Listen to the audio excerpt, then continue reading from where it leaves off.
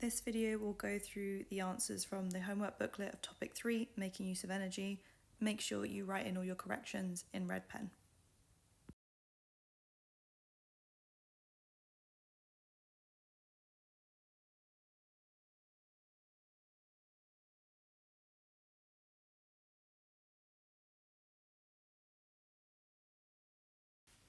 The first question is on density, and we're given a table with 5 metals and their different densities. So part I says Reese and Elliot calculate their density to be 1.8 grams per centimetre cubed. Which metal is it most likely to be? So you get 1 mark for saying iron, and you get the second mark for saying it's because it's the closest value or the most similar to the value given. You can see I've underlined EST for closest. You can't just say it's close, you need to specify it's closer than all of the other ones to get both marks. Part II, Reese and Elliot are not confident they can correctly identify the metal, and why? That's because it's not exactly the same, so it's in between two, or you could say that none of the metals have the exact same density.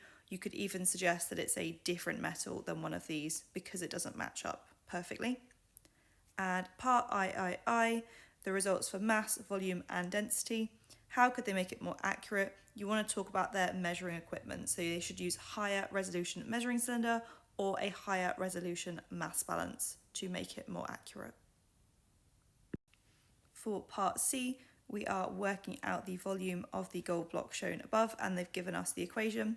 All you have to do is 8 times 5 times 10, just like you would in maths, and you get 400 centimetres cubed for the volume. And then we calculate its mass. Mass is density times volume, so you'll get an error carried forward mark here if you calculate the volume wrong. So our volume is 400, and we'll times it by the density of 19.32, and our answer is 7,728 grams. And here's the mark scheme for this question, so you can see if you picked up any other marks. In lesson 2, we started looking at the practicals to measure density, and we've been given some measurements from an experiment. So the mass of the solid they were trying to work out the density of was 26 grams. The volume of the water before we put the object in was 40, and the volume after was 48. We need to calculate our density. So first thing I'd start with is your density equation, mass divided by volume, and then we work out what we know. So we've got the mass is 26 grams, and we need the volume of the object, not the volume of water. So we need to work out our volume of the object by taking away 48, take away 40, and it's 8 centimetres cubed. That's how much the water level went up by when we added our item in. So that's our volume of the item. So we're going to do 26 divided by 8. It's grams and centimetres cubed, just so we can double check our unit, and you get 3.25 grams per centimetres cubed. Part B is asking how you would change this method if your object did not sink, it floated on the top. So what you need to do is add something to make it sink. So submerge your object by adding an additional weight or a sinker. Then when you calculate your volume, as well as subtracting the initial volume of water from your final volume of water, you also need to subtract the volume of the item that you used to help it sink. And part C wants us to explain why solids have greater densities than water for 2 marks. So the first thing you want to mention is in solids, our particles are more closely packed together compared to in liquids. And for our second mark, therefore, they have more mass per unit volume, which is the definition of density, mass per unit volume. And here's the mark scheme for lesson 2's question.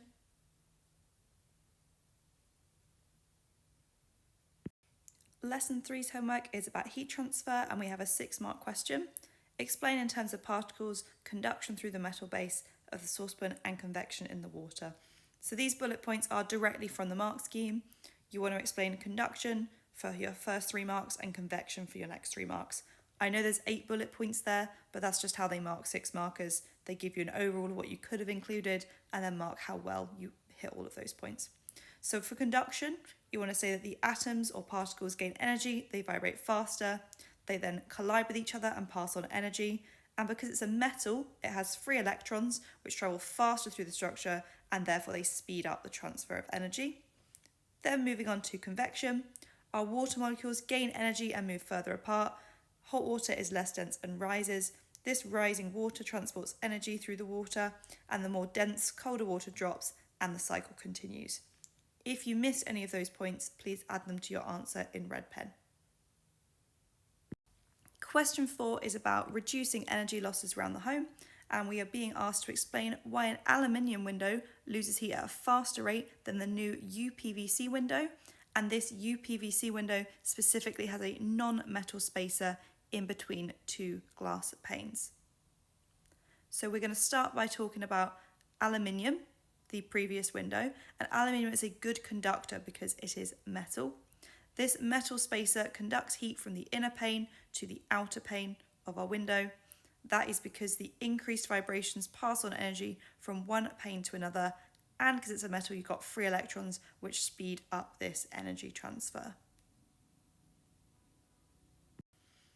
Part 2, this photograph shows an uninsulated loft. Explain how heat is lost through the roof of a house when it's not insulated. And we have to refer to the ceiling, the loft space, and the roof tiles in our answer.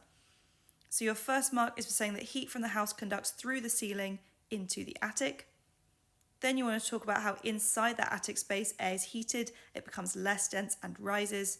And for your final mark, this creates a convection current inside the roof space. Part B then wants to talk about why reducing energy losses from our homes benefits the environment. Energy is used to maintain the temperature. If less heat is lost, less heating will be used, and therefore less fuel will be burned to create that energy, and that means less CO2 is produced. And here's the mark scheme for question 4.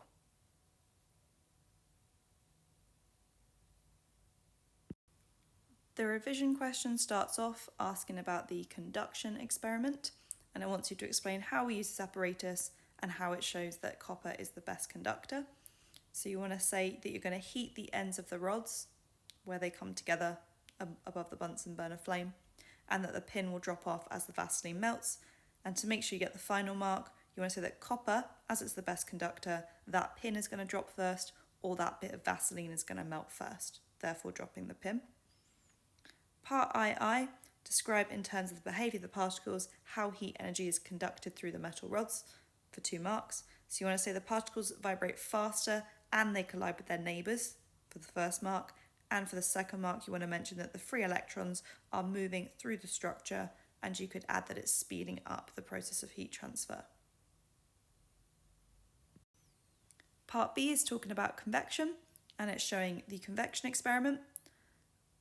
You want to explain why the coloured water moves in the way shown above. So you could either say the hot water rises because it's less dense, or alternatively you could say cold water sinks because it is more dense.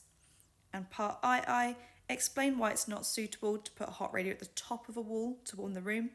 That's because hot air rises, and here it's going to be just above the radiator, so therefore the air below is not going to be heated by convection. And here's the mark scheme for that final question.